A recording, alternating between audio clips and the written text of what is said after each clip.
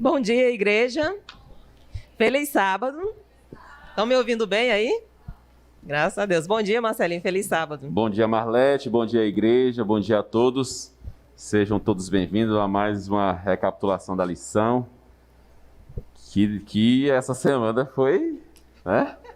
Foi puxada. Cada semana, na verdade, quando eu estudo a lição, para mim, assim, é uma bênção, assim. Eu gosto demais de estudar a lição. Eu gosto demais das lições que a gente aprende, e realmente essa semana foi assim, meio de puxar a orelha, né? Mas vamos lá, vamos orar primeiro. Senhor Deus, Pai querido, nós te agradecemos, ó Senhor, pelo dom da vida, por teu perdão, por tua misericórdia, por teu amor. Te agradecemos por estarmos aqui hoje na tua santa casa de oração, para mais uma vez, ó Pai, abrirmos a tua palavra, meditarmos na mesma e aprender um pouco mais sobre ti. Fica, pois, conosco, Senhor, neste momento, é o que te pedimos e agradecemos, em nome de Jesus. Amém. Amém. Antes da gente começar a lição, quem está nos acompanhando aí pelo YouTube, sabe que a irmã Genils, que mora lá na Alemanha, ela é brasileira, mora na Alemanha, e ela sempre está assistindo o canal. Irmã, um abraço para a senhora, tá?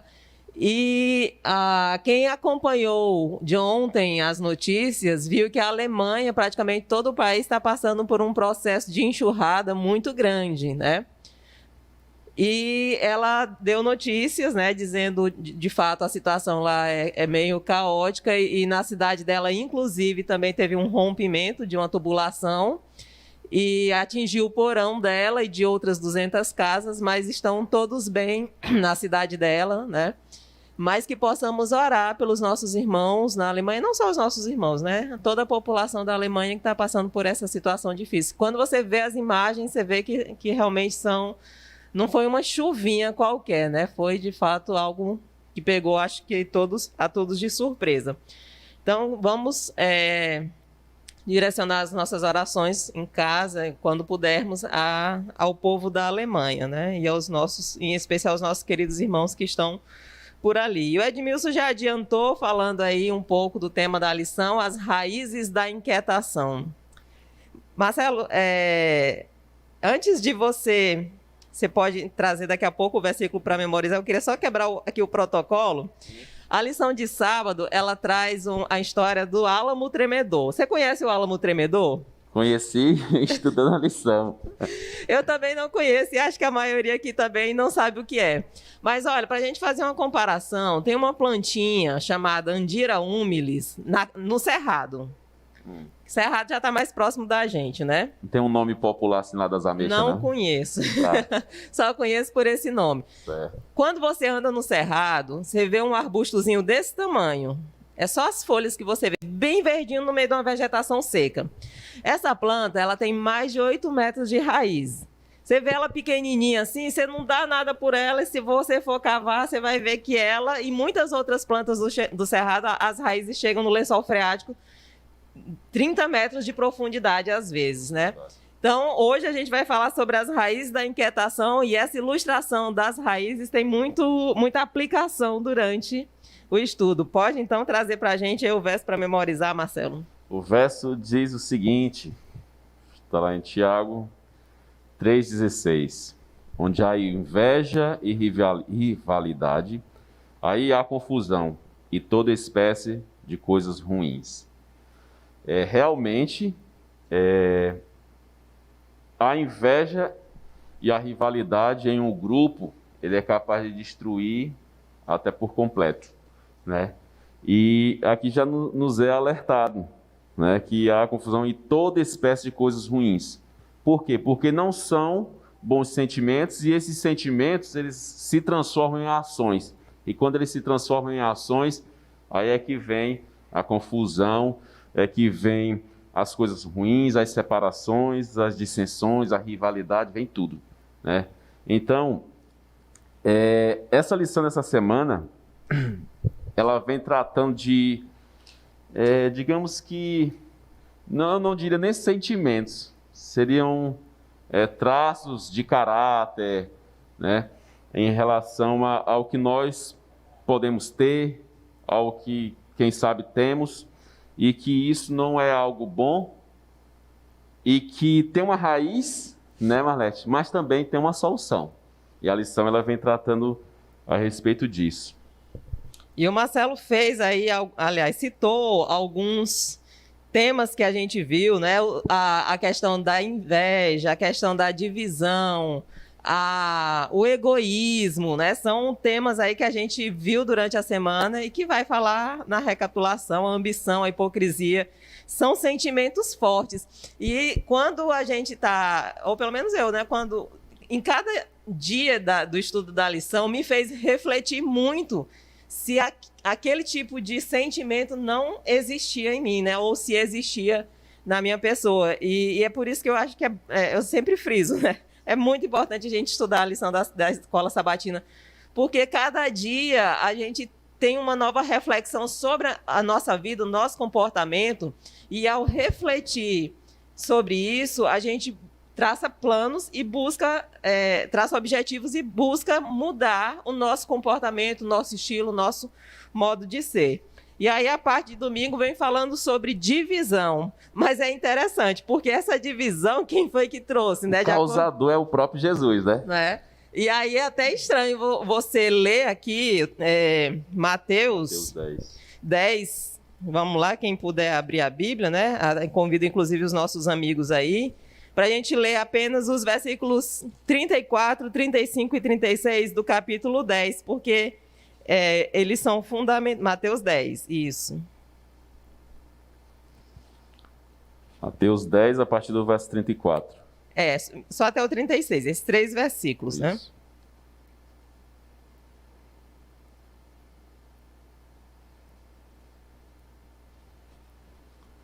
Amém? Amém, né? Então ele diz assim, ó, isso são palavras de Jesus, quando ele diz: não penseis que vim trazer paz à terra. Não vim trazer paz, mas espada. Pois vim causar divisão entre o homem e seu pai, entre a filha e sua mãe, entre a nora e sua sogra. Assim os inimigos do homem serão os da sua própria casa. Mas Marcelo, o que é isso? Jesus traz, em vez de vir unir as famílias, veio trazer dissensão. E qual é o sentido que esse Será, texto... Marlete? Se aquele versículo que nos últimos tempos iria ser pai contra filho, filho contra pai. Já veio na parte de será Jesus, né? Tem a ver com isso aqui? Mas a gente estudando, a gente vê que não. Tem uma resposta da lição aqui, ó. Jesus disse que não veio trazer paz, mas espada. O que isso significa considerando que Jesus é o príncipe da paz? E a resposta: Cristo separa pessoas que não o priorizam das que o consideram prioridade. Pois é. Então, não há como haver comunhão entre a luz e as trevas, né? Então, qualquer pessoa pode ser pai, filho, ancião com ancião, ancião com pastor, qualquer um que estiver em desacordo com a palavra de Deus, Jesus ele vai separar, porque é necessário. A gente pode até dizer assim, é um mal necessário. Não é um mal. É um bem, é algo que é necessário. Para quê?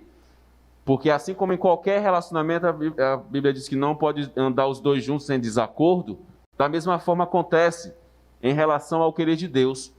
A Bíblia nos ensina que um filho ele deve honrar, respeitar, amar ao pai. Mas a partir do momento em que as ordens de seu pai, de seus pais, pai e mãe, estiverem em desacordo com a palavra de Deus, o filho ele deve escolher o quê?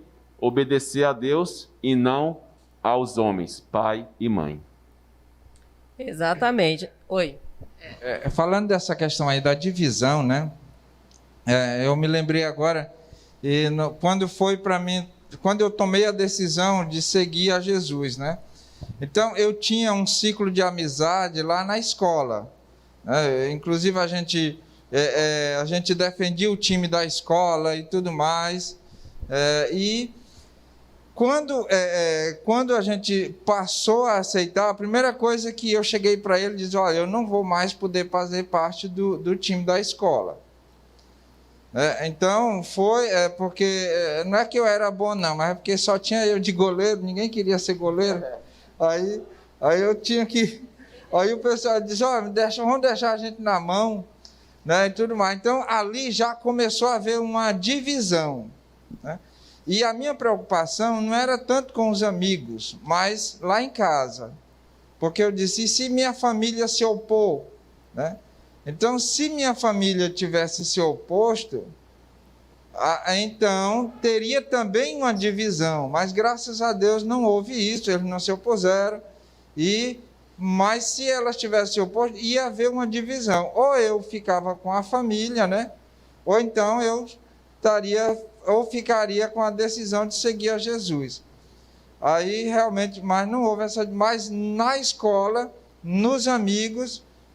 né? Inclusive tinha um que foi no final do ano, e tinha um que disse, olha, final do ano aqui nós vamos fazer uma festa aqui, eu vou botar muita cerveja aqui e tudo mais. E para mim aquela foi uma decisão um tanto difícil, porque eu queria participar da festa, mas não fui mais para a festa que ia ter, né? E tudo mais. Eu sei que foi difícil a princípio. Vi que tomei a melhor escolha, fiz a melhor escolha, mas houve uma divisão. Um exemplo que a gente tem aqui na nossa igreja, que se enquadra e se encaixa muito bem com essa situação aqui, talvez alguns mais antigos aqui lembrem da história da Francisquinha. A Francisquinha apanhava do pai dela porque ela estava vindo para a igreja, né? E lá, as coisas, quando ela começou a vir para a igreja, as coisas para ela ficaram muito difíceis, mas ela tomou como firme a decisão dela de pertencer a Cristo, né? De se batizar. O pai dela era contra o batismo, não queria de jeito nenhum. A Ludemília quer falar,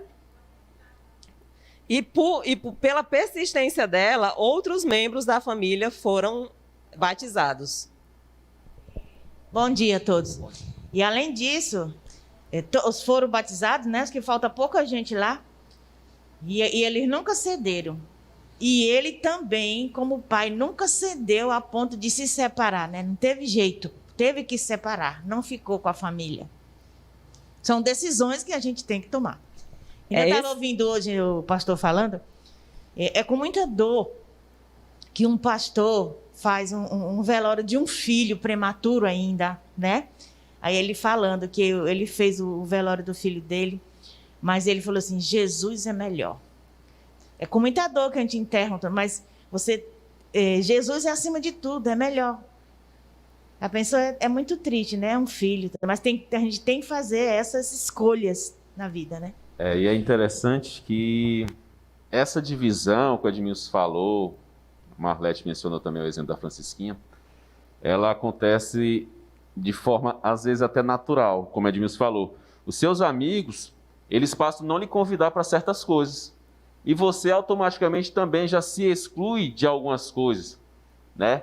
E assim é em todo relacionamento que a gente tiver, né? Vai ter coisas que um vai querer, o outro não vai querer e nem poder, né? E aqui é como se a lição ela vem fazendo um comentário aqui, como se fosse uma espécie de cruz que você tem que carregar. E tem um comentário aqui que é de Testemunhos para a Igreja, de Ellen White, que diz assim, ó, não tenho maior desejo do que ver a nossa juventude, ou todos, imbuída do espírito da religião pura, que a levará a tomar a cruz e seguir a Cristo. Prossigam jovens discípulos de Jesus, controlados pelo princípio, envolvidos nas vestes de pureza e de justiça. Seu Salvador os conduzirá à posição mais bem preparada aos seus talentos e onde possam servir melhor. E isso aqui não é só para os jovens, é para os adultos também. Quantos adultos a gente não vê nessa necessidade também de tomar sua cruz, de tornar-se realmente dependente de Cristo, para que ele possa ser usado por Cristo, para que Cristo possa tomar conta realmente da vida daquele seu filho. E é isso que nós devemos fazer todos os dias sem cessar. É que não deixa de ser uma cruz, há uma dificuldade muito grande você se separar de pessoas que você gosta, de familiares que você ama, por conta de... Assim, quantas vezes a gente não viu aqui nos vídeos do informativo, pessoas que são perseguidas pela própria família porque aceitaram a Cristo. Então, não deixa de ser uma cruz, né? Um fardo que, às vezes, a pessoa, como no caso que a Ludemília citou, teve que levar por muitos e muitos anos. Mas, passando adiante, a gente vai falar sobre um tema complexo, né? Sobre o egoísmo. A lição de segunda-feira, ela traz essa temática, né? E nem é uma temática comum da gente ver ser tratada nas lições de escola sabatina. E ela traz aqui, a lição, essa ilustração, faz a conexão com a questão da raiz. A raiz, você não vê, né? Ela está ali profunda e mantendo aquilo que é externo, que é aparente, né? Então, da mesma forma, o egoísmo, ele vem de raízes profundas. E eu acho que nós nascemos egoístas. Eu acho que isso nem é algo que se desenvolve. Pensa aí numa criança. Quando você quer pegar o brinquedo dela. O Marcelinho não está com muito tempo, né? Que é pai, deve lembrar dessas coisas assim mais recentes, né? Yasmin, dá um brinquedinho para a amiga. É choro, né? Então a gente já nasce com esse sentimento. E como está tão enraizado na gente, isso muitos acabam potencializando isso no decorrer da vida, de forma que se torna uma característica tão natural que a gente nem percebe quando está sendo egoísta. Mas em grande parte do tempo nós estamos sendo. Quando a gente vai estudar esse tema, levando em consideração muita coisa que se discute hoje em dia, às vezes a gente pode ficar com um pensamento assim um pouco perturbado. Olha só. O que é o egoísmo? Eu até anotei aqui. É o amor exagerado aos próprios interesses, a despeito de outrem. E sem se colocar... Aliás, e se colocar em primeiro lugar. Sempre. Só que o egoísmo a gente tem, segundo até mesmo o próprio dicionário, ele define como algo ruim, né? Que é amor exagerado aos próprios interesses, sem levar em conta o interesse do outro.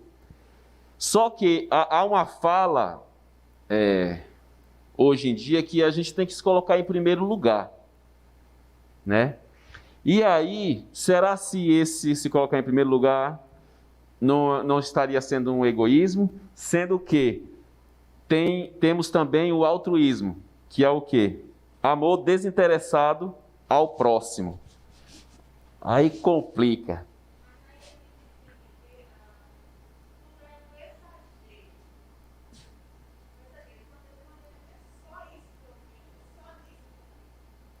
O problema está no exagero, né?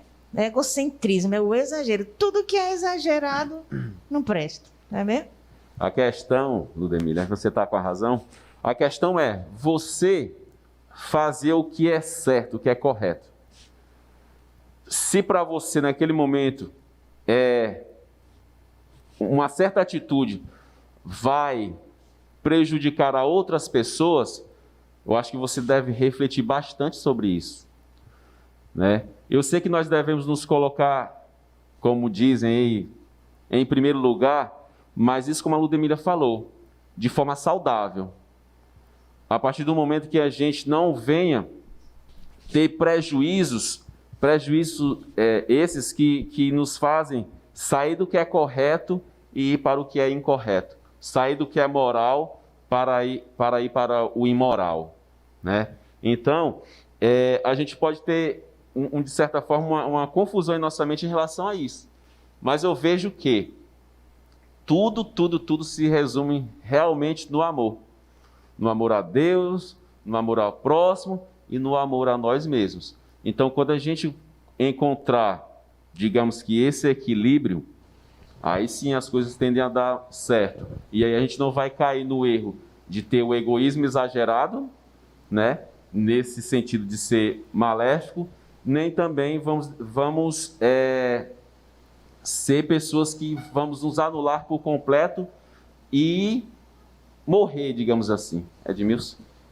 Marcelo, por isso, falando aí sobre essa questão do egoísmo, por isso que Jesus, se você olhar na Bíblia, desde o Gênesis ao Apocalipse, Jesus, ele tem essa preocupação de fazer com que a gente ame o próximo. Porque amar nós mesmos, tem gente que não se ama, tudo bem, mas a maioria das pessoas, eles amam a si mesmo, né? E o problema do egoísmo é a pessoa amar a si mesmo como se não tivesse outra pessoa precisando de você, como se não tivesse outra pessoa precisando da sua ajuda. É eu e mais eu. Então Jesus ele tenta tirar esse foco para que você olhe para outra pessoa. Porque quando você olha só para você, aí é o egoísmo. O problema não é amar você. O problema é amar você e esquecer a outra pessoa.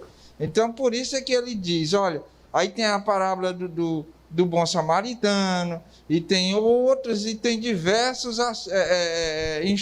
lições de Jesus mostrando que a gente deve cuidar das outras pessoas. Então, isso é tentando tirar o egoísmo. Então, toda vez que ele fala do amor, e a própria Bíblia ele diz, né, que o fim da lei é amar a Deus sobre todas as coisas e ao próximo como a si mesmo, ele não diz, ama o próximo mais do que a você. Ele só quer que você ame igual a você. Equiparado. Exato. Né? Então, quando você ama uma outra pessoa, pelo menos igual a você está esquecendo de você também do egoísmo. Então, por isso ele vem combatendo.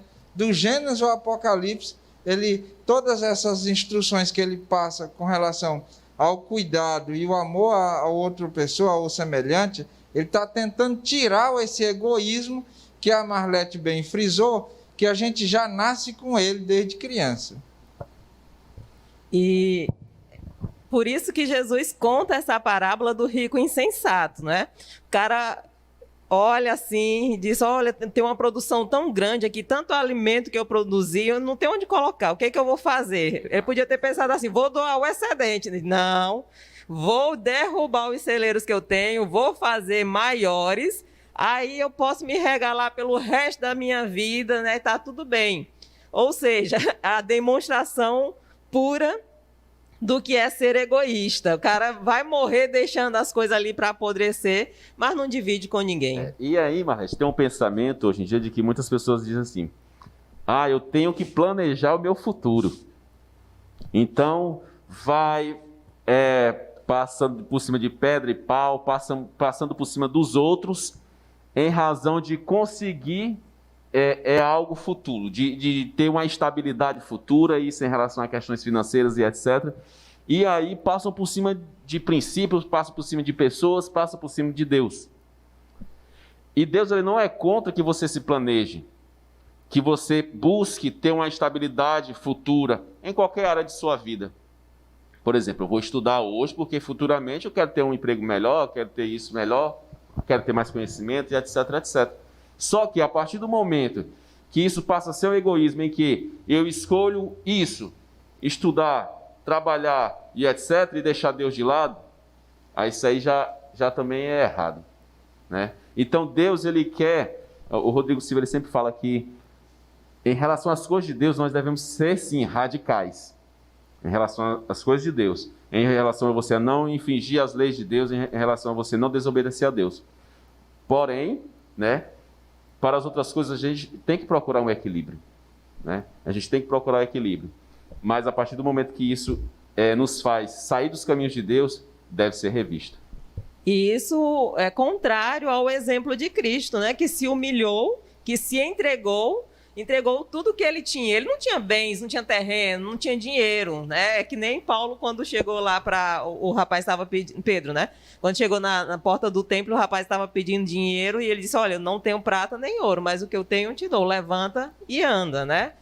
E Jesus, ele deu tudo o que ele tinha, enfrentando a morte na cruz, deu a própria vida. Quem de nós não tem, às vezes, coragem de dar uma nota de R$2 ou uma moeda de R$1 para alguém que pede, que dirá a própria vida para alguém, né? Então, assim, nosso exemplo com o de Cristo tem um abismo entre os dois casos, né? E é assim, Marlete, na nossa vida diária, de forma bem prática, eu creio que quase todos aqui já perderam uma grande oportunidade por conta, né, em relação à questão financeira, em relação ao trabalho, por conta de você seguir a Cristo, né? Por exemplo, esse aqui não tem problema viajar no sábado, esse aqui não pode viajar no sábado, então vai esse aqui, eu vou ficar com esse aqui. Esse aqui não vai para certos lugares, esse aqui vai. Esse aqui não trabalha assim, assim, assado, e esse aqui faz. Então, assim, muitas vezes nós perdemos aqui nessa terra coisas que para a gente talvez fosse até importante, como um emprego, sustente sua família, etc., conseguir seus objetivos de vida, em razão de servir a Cristo, né? Em razão de servir a Cristo. Eu sei que quase todos aqui já passaram por isso. Mas o que é que importa? O que importa realmente é o reino dos céus. É claro que você não vai dar uma de louco, não vou mais trabalhar, não vou mais atrás de trabalho, não, porque a maioria dessas empresas tem a questão do sábado. Mas Deus, ele provê tudo. Tem um adágio popular, né, que diz que a medida do ter nunca enche, né? Então, a lição fala que a gente não precisa de tanto para viver, não. Só que a gente nunca está satisfeito, você está sempre querendo mais e mais e mais. E aí vem o egoísmo em detrimento de outros, como a parábola que falou, né? Por que a princípio ele não pensou em distribuir um pouco? Ele quis juntar mais para ele, como nós, né? A gente está querendo juntar mais, até que isso se torna um Deus na nossa vida e nos separa de Deus. Já pensou se Deus também tivesse pensado só nele? Eu sou Deus. Me rebaixar, vou descer naquela terra lá, sofrer, fazer tudo isso, passar por tudo que ele passou em amor, por amor a nós. Já pensou se ele, né, tivesse pensado só nele? E a gente não pensa nos outros. É a mesma coisa assim da doença da Covid. A Covid, você vê, tá morrendo bem acolá. Nós tava lá para a China, não sei para onde, mas quando vem chegando para perto, você só dói quando chega em você. A dor do outro não está doendo em você, então você não está nem aí. Mas quando começa a doer em você, aí você vai ver. É verdade. E passando aqui, outra raiz da inquietação é a ambição, né? Que é o ato de você desejar coisas grandiosas. Como a Ludemília falou, isso é questão de equilíbrio. O Marcelo também comentou, né? Já querer alguma coisa boa para o seu futuro. Isso é natural. Eu queria só abrir aqui um parênteses, contar um caso comigo hoje. Hoje eu estava num sono profundo e eu estava sonhando que alguém transferia para minha conta 1 bilhão e mais de 500 milhões de reais. Isso é preocupante, viu? Eu vi aqueles números Demais. na minha conta e aí eu ia começar a planejar o que fazer com o dinheiro quando o celular do Eric despertou do sono. Aí sabe quando você quer voltar para dormir, para continuar aquele sonho? Era eu hoje pensando querendo voltar para gastar aquele dinheiro, nem que fosse num sonho. Quando eu acordei, eu fiquei assim, se eu ganhasse 1 bilhão e 500 milhões de reais, o que eu ia fazer? E aí me veio assim, eu estava andando com a cachorra no condomínio e pensando, né? Eu digo, rapaz, eu acho que em 2 anos eu não tinha mais esse dinheiro. Porque quando me vem assim, ganhar na loteria 5 milhões de reais, eu já fico logo assim, eu ia dar um carro para fulano de tal, eu ia comprar uma casa para fulano de tal, sabe? Aí eu já começo assim, então eu acho que o dinheiro ia no instante embora, porque eu fico pensando assim, em pessoas que eu vejo hoje que me dá uma vontade tão grande de ajudar. Eu sei que dinheiro às vezes transforma, né? A gente nem deve desejar esse tipo de coisa. E eu não desejo, de fato. Não desejo nem ganhar milhões e nem mesmo 1,5 bilhão de reais, né? Mas a ambição também fazia parte dos discípulos. Só que eles demonstraram essa ambição num momento assim tão nada a ver, né? Na Santa Ceia. E Jesus já tinha falado para eles se tornarem como criança. Eles já tinham ouvido Jesus dizer para eles que eles deveriam ser inocentes, como uma criança, aprender, né? E a mãe de João já tinha chegado para Jesus e perguntado, meus filhos, bota um no teu lado direito e outro no teu lado esquerdo, Jesus. Aí vem aqui, eles estão no final da Santa Ceia, aí... Então, Jesus está mostrando sobre humildade, aí ele diz assim, mas quem será que vai ser o maior no reino dos céus? Quebrar o clima, né? Então, assim, Marlete, só em relação ao sonho, ao dinheiro, o dinheiro, ele não, no meu ponto de vista, ele não transforma, ele revela. Muitas pessoas têm bens, posses, muito dinheiro, e, no entanto, são humildes, são simples, né? E há pessoas que são pobres, miseráveis, e quando ganham 1 bilhão, não precisa ser nem 1 bilhão, 1 milhão, elas, como a Margareth falou, elas se transformam, não, mas elas revelam o que já tinha dentro do coração delas, mas veio a oportunidade dela exercer, né?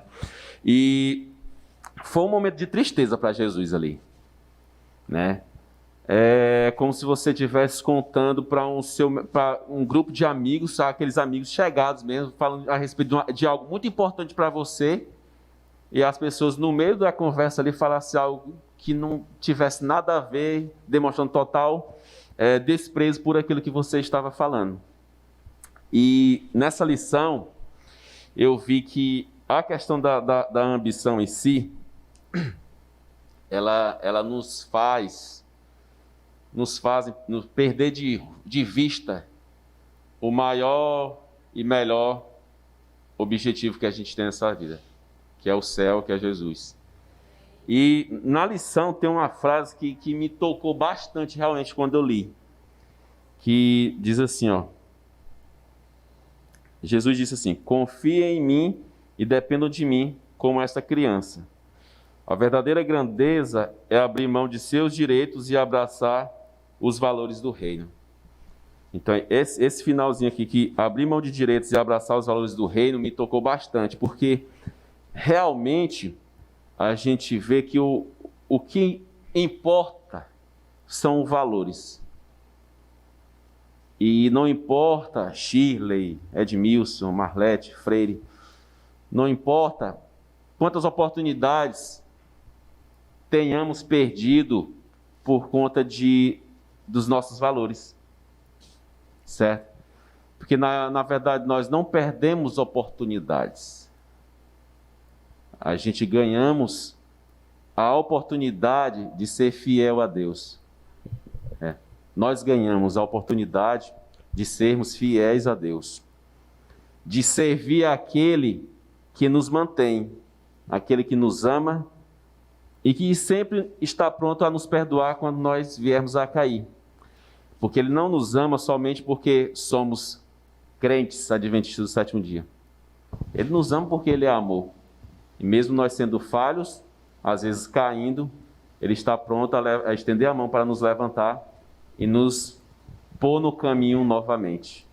E essas coisas que nós ajuntamos aqui, como diz, nos traz inquietação. Traz. E esses, por exemplo, quanto mais você é rico, mais você é perseguido, mais você é visto, né, por ladrão, alguma coisa.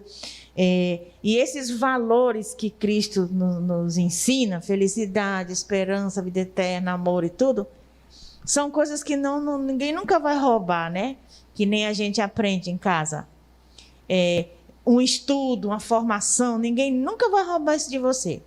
Você pode perder bens, mas esses valores, os valores do caráter, ninguém nunca vai tomar de você, não é isso? E é isso que Deus nos ensina. Estava contando a história que o homem tinha muito dinheiro lá na caixa, e aí ele foi no banco, falou com o gerente e tal, e o rendimento que ele fez as contas parece que não estava batendo. Aí disse que isso trouxe muita inquietação para eles, que ele ficou inquieto durante todo o dia, e de noite ele não conseguiu dormir. Aumentou a pressão, ficou doente, aí teve que ir no médico e disse que o dinheiro que ele gastou na farmácia superou o dinheiro que ele perdeu na conta. Já pensou? Shirley? É assim, como o Marcelo falou, né? A gente não pode perder o foco que é Jesus. E assim, com o acontecimento, né, da morte do papai, eu vi que teve um momento que ali eu estava me sentindo só. Ninguém apareceu, né? Papai ruim e tudo. Mas a mamãe, ela fica triste às vezes. Eu digo, olha, mãe, não esqueça. Ela fica triste por quê? Porque tem filhos que não dão aquele valor na morte do papai, ficaram muito tristes, tudo isso que falaram que agora observar mais a mamãe e tudo.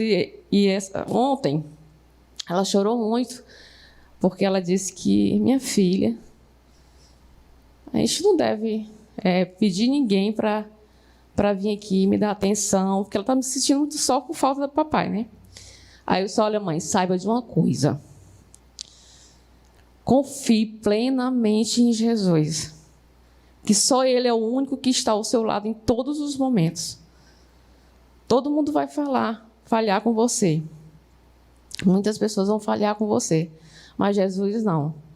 Então a senhora confie plenamente no Senhor Jesus. A cada dia vamos buscar a Jesus para ficarmos mais próximos dele e sentir essa segurança, essa confiança que Ele está ao nosso lado em todos os momentos.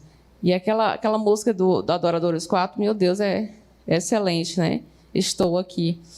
Então, Jesus está ao nosso lado em todos os momentos. A gente vem o egoísmo, vem a ambição. A lição dessa semana foi maravilhosa. Porque, assim, olha, eu vejo uma coisa muito importante na escola sabatina, e eu vejo que é o Espírito Santo atuando em todas as lições. Porque todas as lições que vêm cada trimestre, gente, é incrível. É um poder sobrenatural. É realmente que está precisando, que nossas vidas estão precisando no momento. Sempre eu admirei, desde quando eu entrei na escola sabatina, na igreja adventista, primeira vez que eu vim, né, não tinha sido batizada ainda, eu achava tão estranho. Me batizei, eu achava tão estranho a escola sabatina. Mas depois eu fui ver, o Espírito Santo abriu minha mente, como é importante a escola sabatina. E a Sheila, nós criamos um propósito agora, a Sheila que deu a entrada nisso aí, todo dia ela vai na casa da mamãe e a gente estuda a escola sabatina. E assim, é uma bênção tremenda. Às vezes o Otacílio Neto está assim, sabe? Inquieto, chorando. E aí eu oro a Deus, Senhor, o Senhor tem poder para aquietar aqui o Otacílio Neto, para a gente poder estudar a lição. E gente, Jesus é sobrenatural, um poder tremendo. Então, por que não servir esse Senhor Jesus? Então, a escola sabatina, cada trimestre eu vejo, Senhor, Tu és poderoso. Realmente é o que nós estamos necessitando no momento. Então, que Deus nos ajude a cada dia a praticar, né? A praticar. E, assim, uma coisa, o egoísmo, que o curso de líder de jovens que eu fiz, eu vi muito, eu aprendi muito, que é tremendo, né? Nossa igreja é muito rica e a gente tem que valorizar isso aí. Então, no curso de líder jovem que eu fiz, eu vi o quanto eu era egoísta, o quanto eu sou egoísta ainda. E quando eu passei a ser mãe, aí que eu vi mais ainda o quanto nós somos egoístas, porque sem dormir, e eu estava irritada. Então, nós somos egoístas. E quem é que quebra esse egoísmo? Só Jesus. Aí, o que a gente tem que fazer também, que é algo que está acima, acho que, do egoísmo, o orgulho. Você tem que quebrar o orgulho e deixar Jesus atuar em sua vida. Falando dessa questão da ambição, né? Aí fala assim, quando você vê a ambição, a raiz da inquietação. Então a gente olha a ambição como algo ruim. Mas na realidade, a ambição ela não é algo ruim, né? A ambição é até boa, porque quando eu entrei na igreja, né, eu queria ser pelo menos igual aqui o meu pai na fé, aqui que deve estar nos acompanhando, né, o Francisco Alves, né? Então, quando você tem que ter a ambição de ter um emprego melhor, a ambição de você ser um cristão melhor, a ambição de você ir para o céu. Agora, o problema é que quando aquela ambição, você começa a atropelar as pessoas para você chegar naquele lugar, né? Então, como eu estava dizendo, ambicionava ser igual o Francisco Ribeiro, o Francisco Alves, e outros aqui, o irmão Bispo, o Antônio Filho, que hoje é pastor. Então, mas quando você fica desejando, eu espero que um dia ele tropece, eu espero que um dia ele caia em pecado, aí ele caindo em pecado vai ser disciplinado, aí eu subo um degrau.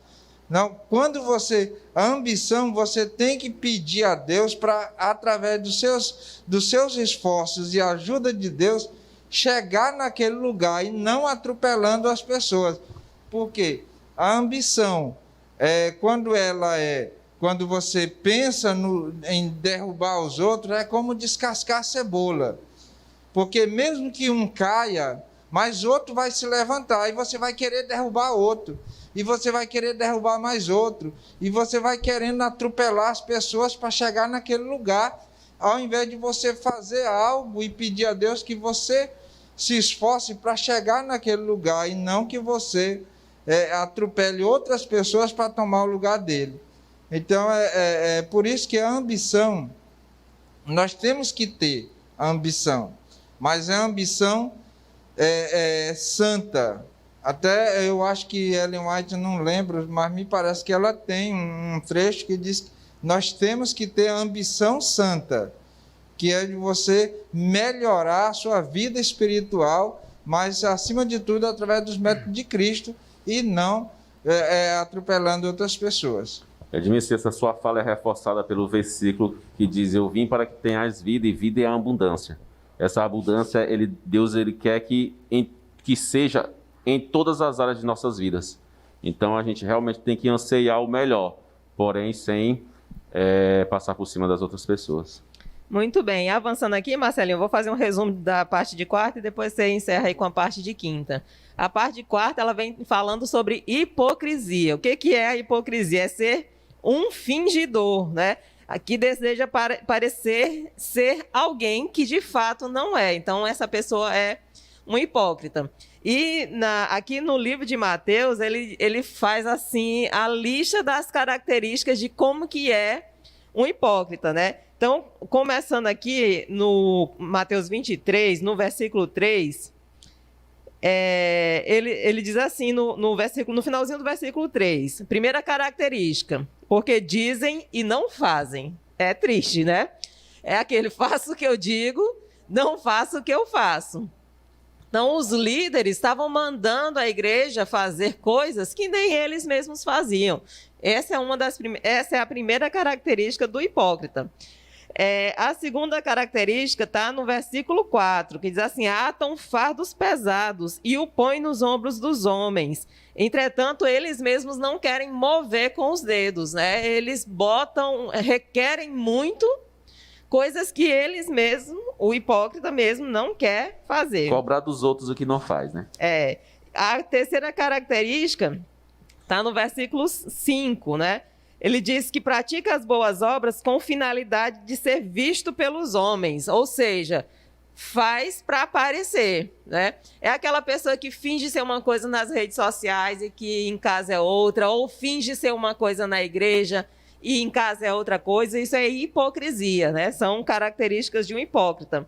E a quarta característica está no versículo 6, que diz que são aqueles que amam o primeiro lugar nos banquetes e as primeiras cadeiras nas sinagogas. Ou seja, é aquele que exige honra e reconhecimento daquilo que ele faz. Isso também é hipocrisia. E Jesus nos aconselha a não termos esse tipo de comportamento. Eu vou só quebrar aqui a ordem, mas eu vou comentar um pouquinho aqui também.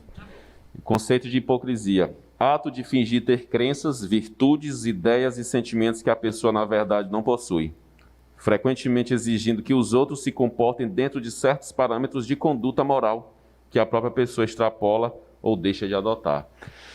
E em nosso meio, a gente ouve muito essa palavra: fulano é um hipócrita. E lá fora também: esses crentes são hipócritas. E sim, todas as vezes que nós pecamos ou desonramos a Deus, nós estamos sendo hipócritas. Por quê? Porque nós a gente diz que serve a Deus, que faz parte do povo de Deus, e assim a gente tenta ser. Eu, você, pastor, todo mundo. Porém, o que nós não é algo que justifica, mas explica, é que nós somos pecadores. Infelizmente, somos pecadores. E vai ter hora que eu vou ser hipócrita. A Marlete vai ser hipócrita. Às vezes o pastor pode ser hipócrita. porque vai agir contrário ao que prega, contrário ao que segue. Infelizmente isso acontece. Justifica? Não. Porque se chegar o momento, meus irmãos, de nós estarmos alicerçados 100% em Cristo, em comunhão 100% com Cristo, nós seremos um Enoque da vida. E aí sim, nós seremos realmente modelo. Infelizmente, nem eu, nem você, ninguém é modelo para ninguém aqui nessa terra. Porque se hoje nós não pecamos, amanhã, quem sabe, podemos pecar. Mas sabe o que aqui nos conforta? É que nós, mesmo às vezes pecando, temos a vontade de prosseguir, de alcançar essa transformação completa que tanto almejamos, que ainda não temos, mas é algo que nós almejamos, por isso nós estamos aqui. Porque se pelo fato de sermos pecadores e sermos hipócritas nesse ponto de vista, nós não iríamos nem entrar aqui dentro da igreja. Mas felizmente a nossa vontade de mudar, de ser alguém melhor, de representar de fato 100% aquele que é o nosso chefe maior, que é Jesus, é o que nos motiva. Mas é algo que nós devemos todos os dias nos policiar, vigiar e orar, para que não venhamos a cair em tentação, pois a Bíblia diz que aquele que está em pé, vede que não caia. Que o Espírito Santo atua ainda em nós, que de nós mesmos não é não. Exatamente. As gotinhas que temos ainda, né, nos fazem prosseguir.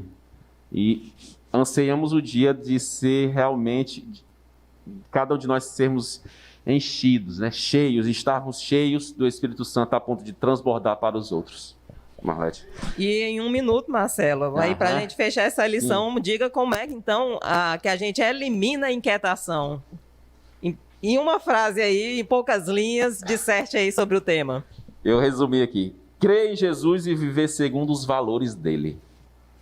Esse é o segredo. Crer em Jesus e viver o que dizemos crer.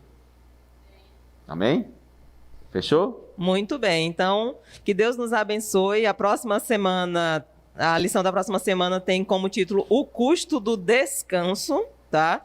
Eu convido a todos para que estudem, participem conosco. Será céu da morte, Marlete? Não sei, vamos descobrir. Quase que eu li do descaso. Eu digo o custo do descaso, né? Mas é porque já estou tão impregnada com a lição dessa semana. Temos todos em pé para orarmos? Senhor Santo Deus, muito obrigado por lições maravilhosas que nos trouxeram o estudo da lição da Escola Sabatina e quanto ela fala de nós, quanto ela revela sobre nós e o quanto nós entendemos que o Senhor quer que nós sigamos o Teu exemplo, o Teu modelo para sermos pessoas melhores ainda aqui nessa terra. Te pedimos que continue com a programação, abençoando a cada um, iluminando as nossas mentes com o Santo Espírito. Te rogamos e agradecemos em nome de Jesus. Amém.